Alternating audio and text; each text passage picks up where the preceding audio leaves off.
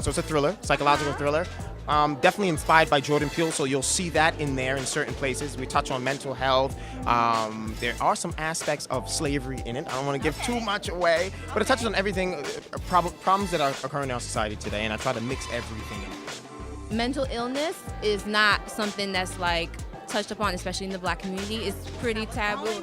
Yes, it's pretty taboo, and it was really. I thought it was really dope that y'all decided to put that in there, so that people can understand that yes, we go through those things too. We go through mental illness. So I can't wait for you guys to see it. Good afternoon, everybody. This is Tanish Laverne Grant with BlackInAmerica.com for the American Black Film Festival Director Actress series, where I get an opportunity to talk to the director and his star of the film. Today, I am highlighting one of my faves in the game, young man who is all about this business. He's the new guard. You know, he's one to watch.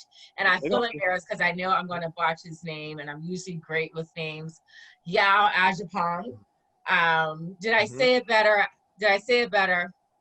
Yao. Yeah, you had it. Yeah, okay. You got it. Yao Ajapong, the director of The Birth of the Seed. And you guys know The Birth of the Seed is one of my favorite films. You know, I've been advocating and pushing for this film, and today I have Yao and his star, his actress, Vanessa Noel, who stars as Amber in the film. So, you know, I wanted to start with you, Amber. You know, this film has gone on quite a journey. It's been in a number of film festivals, winning awards in film festivals. Now you're here at American Black Film Festival, you know, such an amazing time. You know, when you first were attached to this project, you know, what resonated with you when you understood just the scope of being a lead actress in a lead role and carrying a film of this magnitude? Well, the thing that I liked most about the character is it was extremely relatable with everything that y'all put in the film, as far as the hair and then the whole mom situation. It was very relatable, which is what I liked especially about Amber. So it was just a ride and a journey for me to be a part of it, and I'm extremely honored that I got to play Amber, for real. Wow. Yeah, what made you decide to go with Amber, and how many actresses did you see for this particular role? Was she specifically hand selected, or, you know, or did you have a big audition process? I don't think I ever asked that question or even knew what the backstory was in terms of your casting Vanessa in the lead role as Amber. Yeah, so for this specific role, well, for every role, I took my time, but obviously this was the lead, so I paid extra careful attention. We went through about 60 to 70 auditions before I let it to Nessa. People admitting, people, Go yeah, on, and you know how, Go on, girl. yeah, yeah, and just to top it off, just to add, you know, kudos to Vanessa. I personally reached out to Vanessa and said, "Would you like to audition for this role?" And yeah, just other than the look, she had the look, what I was looking for, natural hairstyle, obviously a sister, someone that represented our roots, and then also someone that had an innocent look, you know, someone that had someone vibe, and then the acting, of course. So I personally reached out to her and declined the other audition. So that's the different thing. Wow. Thank you, yeah. Vanessa, what did you learn, you know, just being on set day to day? Like, what are some of the biggest misnomers you had just about acting in a huge production that no longer exists now because you've had the opportunity to do it, you know, on such a big scale? I mean, this was not, you know, a small production. This is a major feature film, you know. Yeah, I learned a lot about patience. This was as you mentioned, this was the first time I personally filmed on such a big scale. So being out of state and filming like such a big film like that was big for me. And then also being on set for X amount of hours, that taught me a lot about patience. Because girl, I remember just like, oh, we were working, and just to make this film what it is now, we were working so hard, and going off of like no sleep, like, oh, get to it, and that's what I learned the most. Yeah. I mean, making a movie that's why it's called a production, girl. That's why it's right. that's Right. why it's called a production. Called a production. You know, y'all, what were some of the expectations you had of Vanessa? And were there any moments like you felt she was not meeting the expectation? And then how did you address her, you know, in those moments, you know, to get her to where you thought, you know, you needed her to be to just execute in Amber and be in Amber and exist in Amber? Oh yeah. So expectations going into this initially, and overall, where I wanted someone that can show range, specifically Vanessa's role when playing Amber, meaning someone that can go from very friendly when she's playing with her co-star Ogie in the film, and then go from that to someone that's crying and showing fear. Oh, yeah. So that was one thing I was looking for. Vanessa brought that.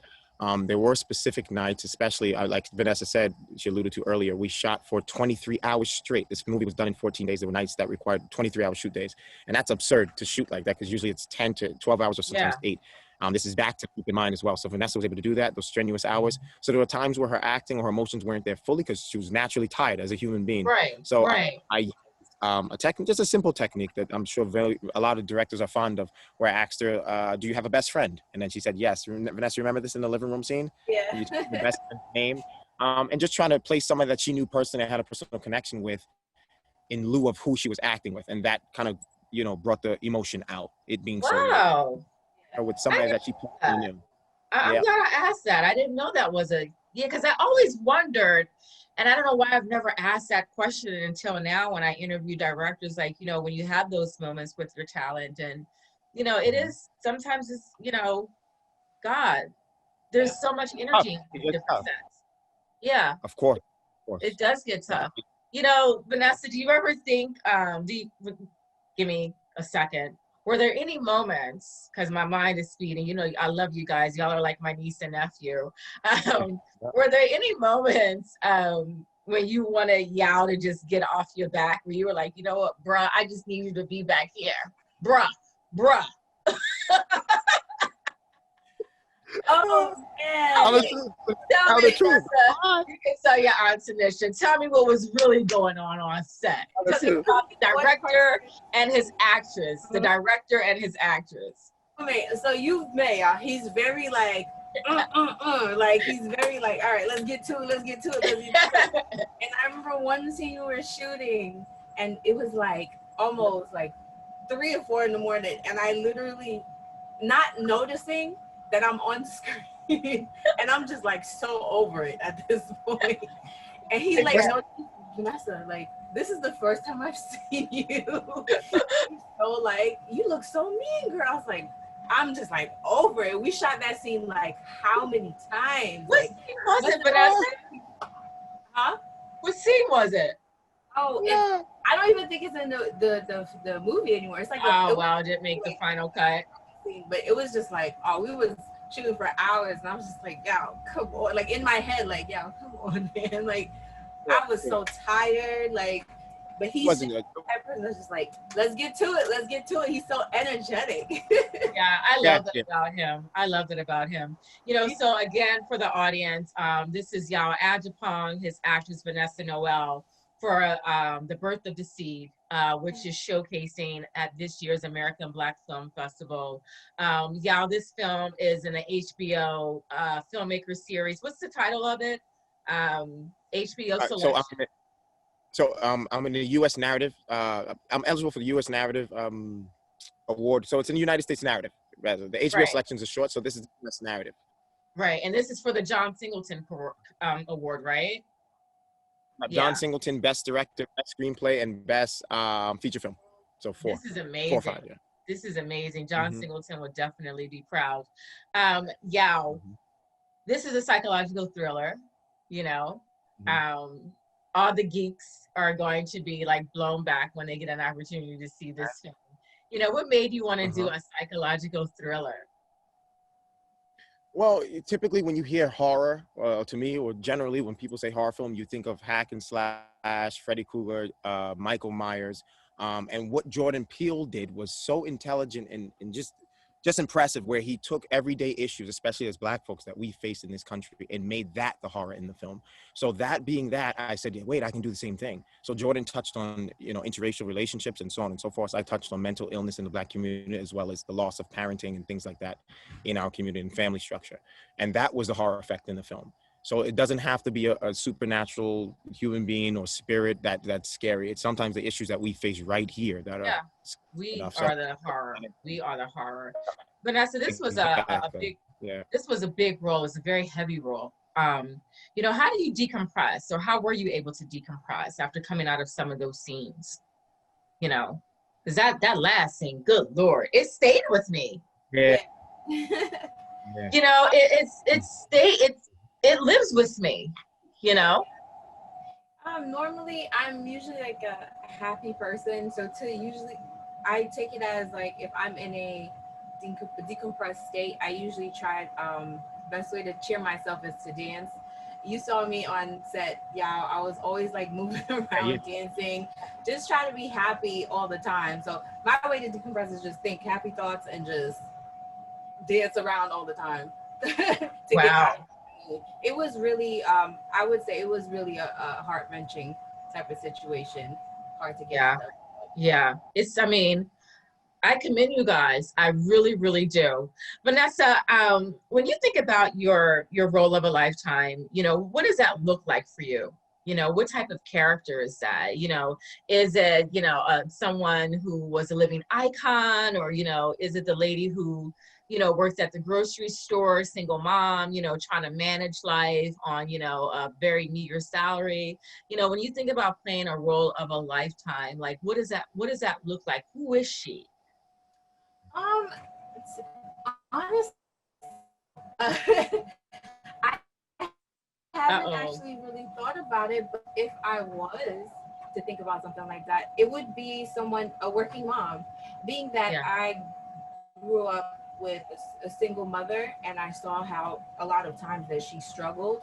So I would want to portray that, because I would want people to see that it's not just a one person thing. Like, a lot of women go through something like that. So that would be like my ideal iconic role, just to bring that onto screen and just to entertain people, make people feel, relate, cry, whatever it is I can. That would be my dream role. My dream roles. I love that. You know, y'all, if you were to cast Vanessa in another one of your films, you know, what would you like to cast her as? Like, what type of character? What does that character look like? Like, who is she? You know, when you think about casting her, you know, in another project. It's funny you asked that, because Vanessa's already been casted in the new project that we're doing. Vanessa will be playing Sandra Bland. Wait a minute. Did you hear that, ladies?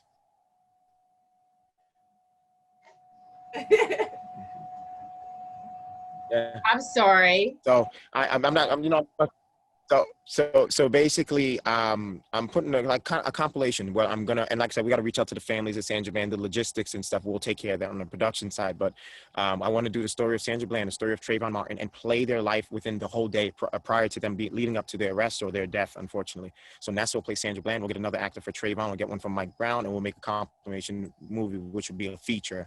And we'll get a director to direct, a prominent Black director to direct each episode. I'll do one like the Trayvon and the Sandra. We'll have another one do an episode for like someone like Breonna Taylor, and we'll put it all together as Black directors come together and make one feature. So I want Nessa to play Sandra Bland, and she agreed. So thank you. Wow, Vanessa, how do you feel about that? I am extremely honored. When he told me this, I was actually surprised. And, you know, if a lot of people know Sandra Bland's story, it's very heart-wrenching. It's kind of sad how her life ended. And it would be an extreme honor to portray her life beforehand, just to see how, I'm sure of how much of a beautiful person she was. So I'm really honored by this. Wow, yeah, I'm so proud of you as a filmmaker, as a storyteller. You know, you're going to have an opportunity to work with some amazing talent as your career continues to unfold and develop and really take shape. Who are some of these actors and actresses that you would like to work with, that you would like to direct, Yao? Oh man, so they're listening. So I have a new movie coming out after this one. I'm filming this one after this. We're going for it in Money We Trust, and I want John Boyega to play the lead, or Damson Idris.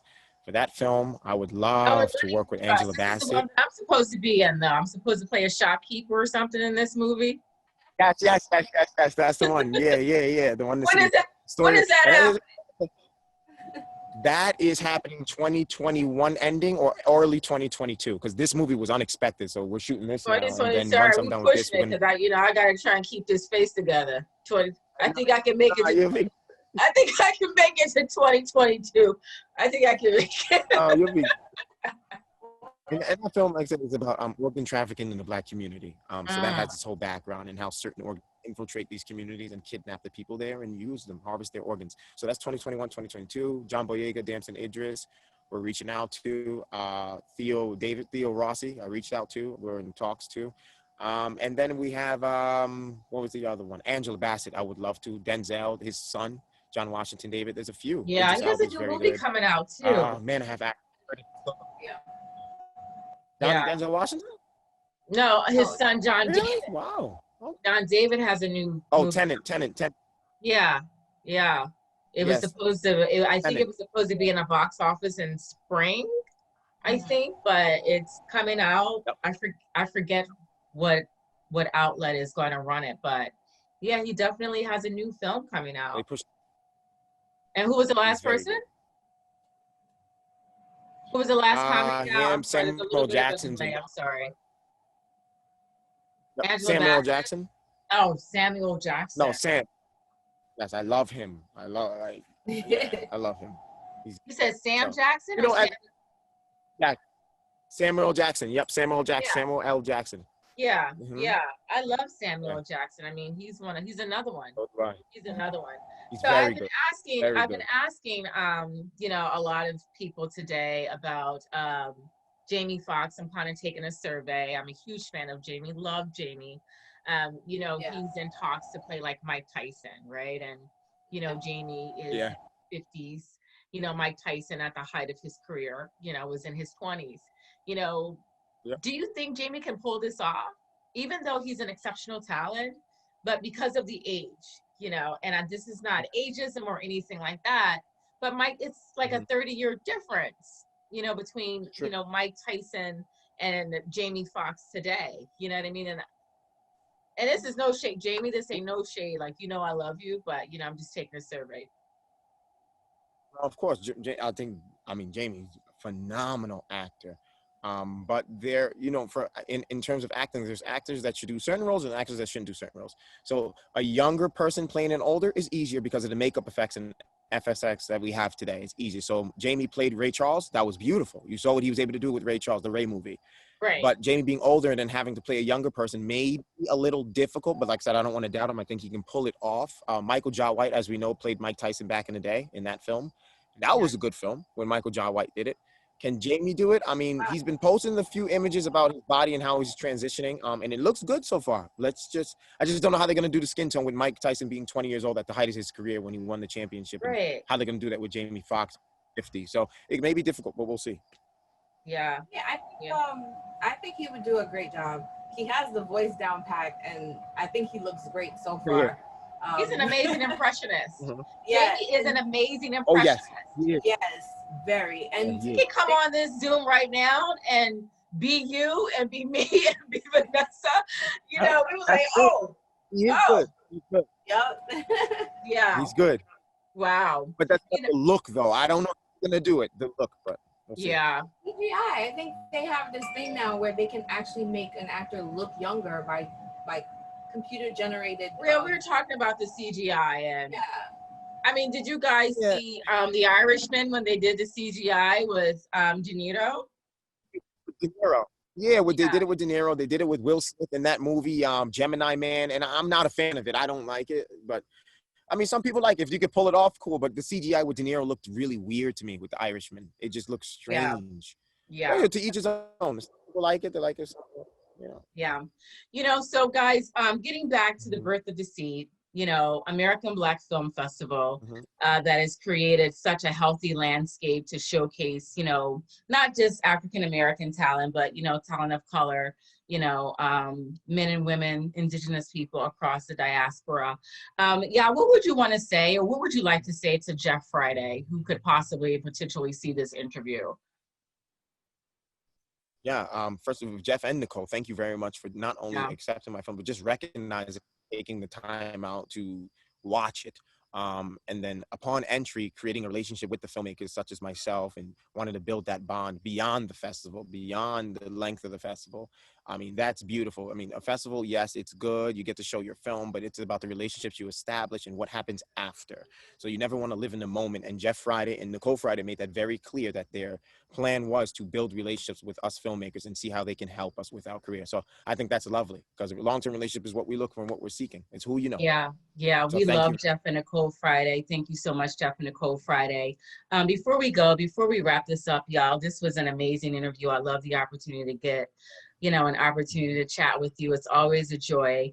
We're preparing for a presidential election, November 2020.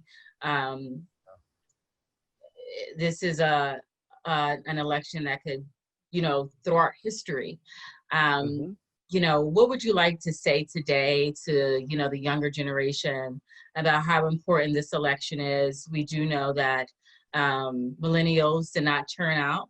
In 2016, it was Bernie or bust, right? It was Bernie or bust. And, now we are 4 years later, we're in, the economy has been crippled, is, worse than the recession. We're in a global health crisis, a pandemic, that President Obama, when he was faced with H1N1, he was able to, stop these type of viruses from getting into our country. And now, here we are, in the middle of COVID-19. So what do you want to say to young people to get them to the polls? Oh, I can say that just looking at the leadership in this country, you can judge one, and you can judge any general person based on when they're facing turmoil, not when everything's okay. And right now we're in some deep turmoil with the COVID-19 crisis and so on and other things. And you can see this gentleman's behavior. He's diverse action. It's running on Twitter and tweeting and trying to humiliate the people that are running against him.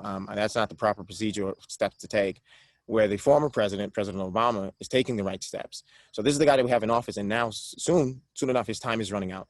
And it's up to us to run to the polls and make sure that we can conclude and make sure that happens. It's Kamala Harris, whether you liked her or not, or whoever your first pick was, regardless, she's there.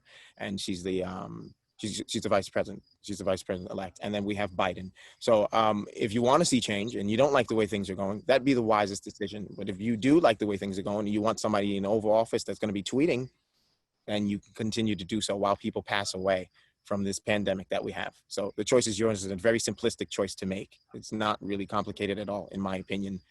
It's red or blue, that kind of thing. So I think we need to, and those that are eligible to vote, yep, can you hear me? Yep. Yep, so those that are eligible to vote, please do so if you want to bring about change. And if you're not eligible to vote, still try to influence others to do so. Because like I said, the millennials need to show up in this race in order to win. Now, I have a clear vision of who's going to win. I think everyone is fed up at this moment, even his party. But like I said, it's most important that we show up in November to make sure we make that change, because another 4 more years will not just be detrimental, but completely destroy the country, because we're on the verge of that already. Yao Agyapong, thank you so much for your time. Congratulations on the birth of the seat. Your future is so bright. It's so bright. I get excited about what is yet to come for you. Continued blessings and success, and thank you so much for your time. Again, you guys, this is Tanish Laverne Grant with BlackInAmerica.com. Tune in, log into ABFF.com for the American Black Film Festival, and watch this amazing film by this amazing young director, Yao Agyapong, The Birth of Deceit. Take care, and don't forget, Black folk must vote. Rock that vote. November 2020. Bye-bye. Wait for you guys to see it. When you guys see it, I'm telling you, you're going to be blown away. You're going to be blown away. I really want to see the looks on people's faces.